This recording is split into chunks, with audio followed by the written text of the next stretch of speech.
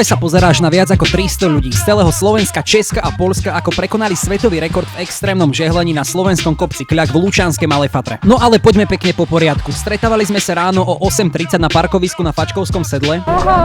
Ja sa tak teším, že ste prišli. Isté, že najlepší. Mrzí ma to, že je také počasie, ale pozrite sa, koľko je tu ľudí. Čekuj tieto turistické body. Dobre chalani, počúvajte, bolo by to do nekonečna. Poslední traja, nech sa podpíšu. Všetci, ktorí sa ešte nezapísali do prezenčky, prosím vás, zdvihnite ruky.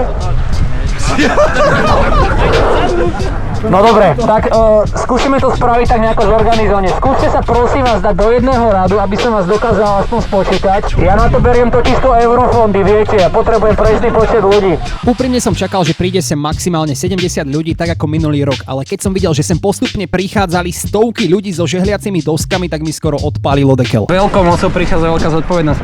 Dobre kamaráti, ešte raz vás všetkých vítam opäť a znova sa ospravedlňujem za počasie, to som naozaj nevybavil. Všetci si spravíme spoločnú fotku. Kamaráti, priatelia, oficiálne vás vítam na 2. ročníku. Toto bude extrémny bizár. Myslím sa, že na Slovensku a v Česku a v Poľsku sú tak prepnutí ľudia, aby prišli v takomto hnusnom počasí robiť tak strašne nezmyselnú vec. Kamaráti, nachádzame sa v 5. stupni ochrany. Ak niekoho uvidím podhodiť nejaký odpadok, sám vlastnoručne mu ho narvem do batohu. A tak sme zobrali každý svoju žehliacu aparatúru a vyrážame. Počkajte, prišlo 280 ľudí.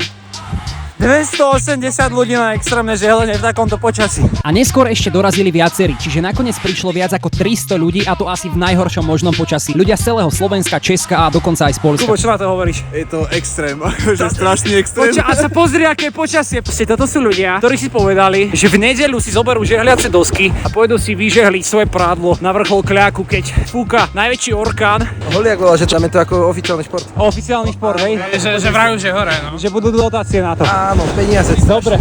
Bol to celkom masaker vytrepať všetko týmto strmákom. Výborne, teším sa z toho. Ešte som sa nedostal na vrchol, ale verím, že sa tam dostanem jedného dňa. Cesta je cieľ. Kamaráti, mali reality check. Práve sa mi stalo v živote to, že sa nachádzam na Kľaku, na akcii, ktorú som tak nechtiac zorganizoval, že ľudia prídete so mnou žehliť na Kľak a prišlo 300 ľudí. Čo, nemáte čo robiť? V nedeľu po Vianociach? Taká bežná nedeľa by som bol povedal. Čo chlapi, čo nalievate? Prvé kolo žehlenia na Reváni. Kto mal ten naftový generátor, aby sme sa vedeli zapojiť elektrocentrála? Ideme si dať teraz prvé kolo extrémneho žehlenia. Nachádzame sa pod Reváňom a keďže hore brutálne fúka, tak ideme si teraz dať také zohrievacie kolo, dobre? Kto to je?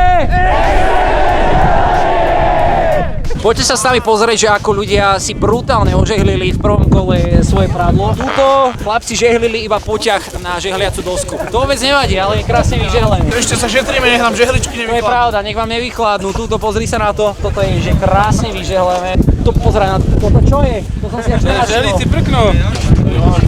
Vieš to? Pozeraj na to. Wow. Oficiálne vyhlasujem súťaž za najabsurdnejšiu žehličku. Chcel by som vám ukázať, s týmto žehlila ešte Mária Terézia. To máš nohu zo stola, alebo čo to je? Ale tá malička. Tuto je žehlička, poďte si ju kľudne vyskúšať, ona váži tak 50 kg. Ona váži viac než niektorí účastníci tohoto podujatia. A toto čo je? To ešte pamätá našich rodičov. No dobre, mali sme tu že najväčšiu žehličku a teraz tu máme že najmenšiu žehličku podujatia. Pozrite sa na to. Toto je dosť úsporné. Koľko ti to trvalo 2 dny ožehliť s týmto? Je tá dýchovka. Inak všetci sa ma pýtate, že kedy príde tá dýchovka, oni sa už ladia hore. Je tam postavený stage a hore bude tá dýchovka. Aj bufet je tam prichystaný, hore ma už neuvidíte. To sú tiež také starožitné kusky. A števo, čo aké ide? Vieš čo? Dobre, skadiaľ máš tú žehličku? Od Starky. Staré mami sponzorovali celý program. Mladý pán, skadiaľ si? Sigla. A to je kde? Za horami, za To je môj brat, by the way. Takto pokrčené tričko, to som ešte nevidel. Jak kráve z ryti vytiahnuté, fakt. Stašák! To je Peter Stašák tričko?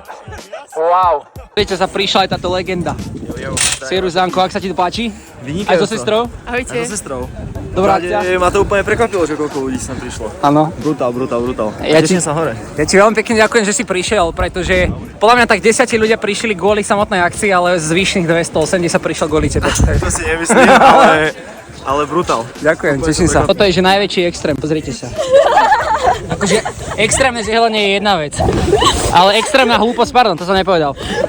Extrémne zle pripravený turista, to je toto. Počkaj, ale počkaj, toto je extrém. Oh my god, tak tomu hovorím obidenie pravidiel. Jako je to žehlička? Áno, nedefinoval som, či to je extrémne žehlenie prádla alebo vlasov, priznávam. Dobre, a teraz zvihnite žehličky nad hlavu, všetko čo máte. Ale nie je tu ťažko, niekoho zabiť.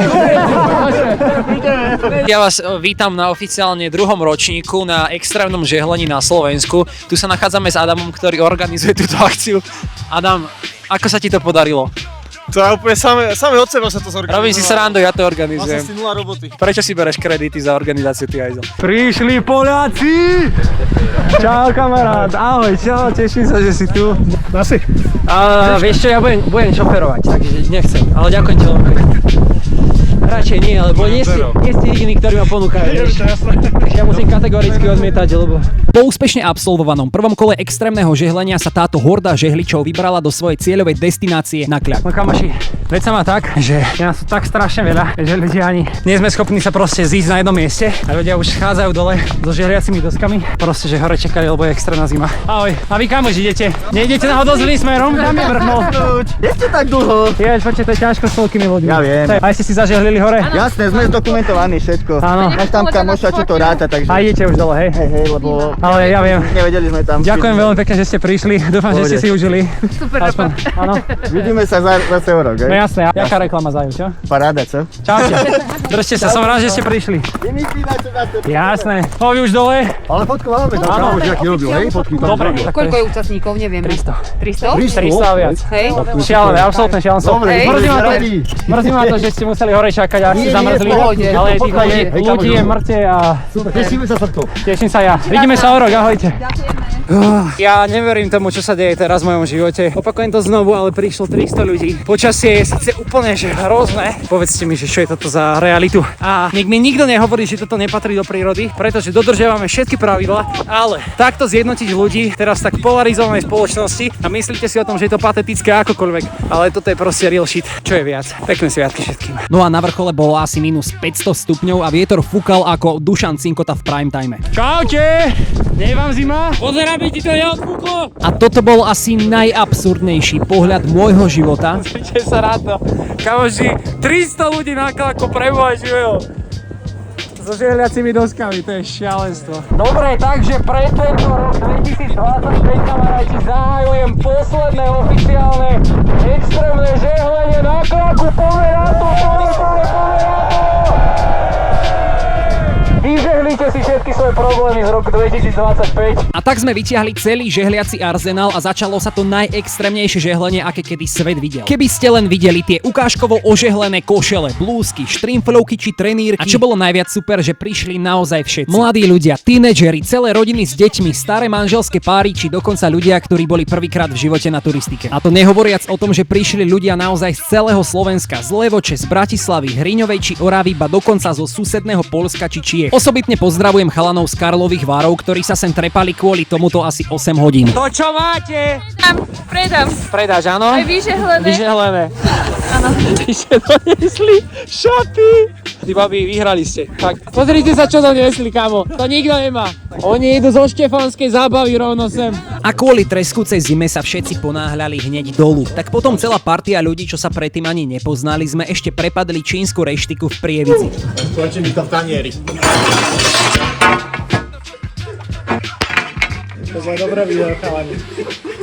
Ale ešte predtým, ako sa mi tu vygrciaš do komentára múdrostiami typu takéto veci do prírody nepatria a prečo sme radšej nešli zbierať odpadky, tak zadrž. Ja uznávam, že to vyzerá ako blbosť a nie každý to musí uznávať za vtipné alebo nemusí tomu rozumieť, dokonca to môžete považovať za hlúposť, ale na konci dňa prišlo tam naozaj 300 ľudí z celého Slovenska, Česka, dokonca z Poľska a strávili spolu kvalitný čas v prírode. A to neboli len, že proste blázniví tínedžeri, ale boli tam proste staré novomanželské páry, rodiny s deťmi, malé decka, dokonca ľudia, ktorí boli prvýkrát na turistike, čo normálne do prírody nechodia. A vznikli tu nové kamarátstva, ktoré pretrvávajú už napríklad od minulého ročníku a to je podľa mňa hodnota, ktorá naozaj stojí za to. Preto ja sa pýtam, sú toto naozaj hodnoty, ktoré ti prídu ako zbytočné? No v mojom svete nie. A navyše, keďže to bola taká blbosť, tak to fungovalo ako parádny filter na to, že tam iba prišli ľudia, ktorí sa absolútne neberú vážne a neboli tam nejakí mudrlanti ufrflaní, tým pádom tam bola extrémne dobrá atmosféra a to napriek tomu, že bolo fakt zlé počasie. A nebojte sa, všetci dodržiavali každé jedno turistické pravidlo a boli sme naozaj zodpovední. A možno sa pýtaš, bol to alebo nebol to nakoniec svetový rekord? No takto. Svetový rekord to určite bol, veď konec koncov, kde sa kedy našlo toľko pošahaných ľudí, čo by žehlili na kopci. Svetový rekord doteraz uznaný Guinnessovou knihou bol niekde v Holandsku, kedy potápači žehlili pod vodou a bolo ich asi 170. A nás teraz bolo 300, ale nemáme to ako keby oficiálne uznané, pretože delegát z Guinnessovej knihy stojí pomaly 15 000 eur. A druhá možnosť, ako dostať tento Guinnessov certifikát o rekorde, je, že ty im napíšeš vopred a oni ti stanovia všetky podmienky, ktoré musíš splniť, na základe čoho ti oni potom dodatočne uznajú ten svetový rekord. No ja som im písal už asi 3 mesiace dozadu, ale ešte stále mi neodpísali, je tam extrémne dlhá čakacia doba. Čiže máme svetový rekord, ale nie je oficiálne uznaný, ale je mi to asi jedno. A extrémne si vážim, že toľko ľudí tam prišlo a proste jednoducho bola to brutálna sranda a vzniká naozaj zaujímavá komunita ľudí, ktorí možno v budúcnosti dokážu spraviť aj niečo naozaj užitočné. Kto vie, uvidíme. Ja mám nejaké veci naplánované. A tebe, ak sa toto páčilo, takýto pošahaný nápad a to, že som to takto spracoval do videa, tak kľudne ma môžeš sledovať, pretože ja mám týchto nápadov viac a plánujem to asi takto zväčšňovať na túto YouTubeovú platformu, pretože tie reelska na Instagrame nedokážu pobrať úplne všetko, čiže ak ťa to zaujímalo, tak to kľudne prezdielaj, ukáž kamošom, sleduj ma na YouTube, aby som ja videl, že to má proste zmysel točiť takéto veci a vidíme sa na budúce, kamaráti. Extrémnemu žehleniu zdar.